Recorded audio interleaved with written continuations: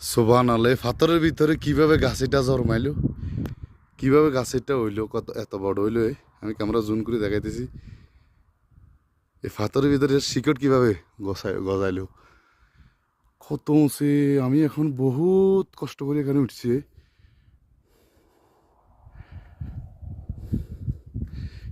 হাত ফাতর থেকে আস্তে আস্তে আস্তে আস্তে আস্তে আস্তে দাফে দাফে উঠছি। ওই রোড আমি জুম করে দেখাই দিছি ক্যামেরা। এখান থেকে আস্তে আস্তে আসি। এখানে সৌদিরে বিভিন্ন সময় আড্ডা দিতে মোটের মাংস বানায় খাইছি। হাড্ডি দেখা যাইতেছে, আসমান লাজা একবার কাছে, হাতের কাছে। এখন আমি ওখানে একবার ওইখানে যাওয়ার জন্য চিন্তা, কিন্তু একলা তো ভয়ও লাগতেছে, কেমনে যাম।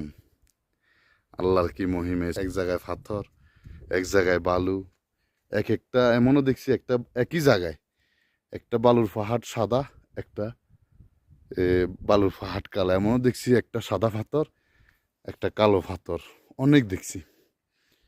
এখানে আছে সেনাবাহিনী ক্যাম্প, আমেরিকান সেনাবাহিনী ক্যাম্প এবং সৌদি যৌথ সেনাবাহিনী। এখানে এখানে আছে এদের এয়ার ডিফেন্স সার্ভিস, মানে যেখান থেকে যত বোম মারা হয় সব এখান থেকে মানে এরা ধরছিল যখন, আজ থেকে 4-5 বছর আগে ওরা মারতো এখান থেকে ওখানে, মারলে এখানে এয়ার ডিফেন্স আছে, এখান থেকে দরিয়া লাইতো।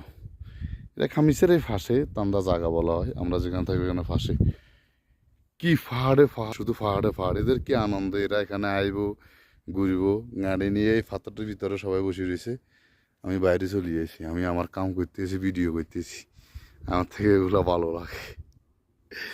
সবাই ভালো থাকে। যদি আরেকটা লোক থাকতো তাহলে আমার একবার উপরে যাইতাম, ভিডিও নিতাম, সুন্দর লাগতো। অনেক উপরে, এটা অনেক উপরে।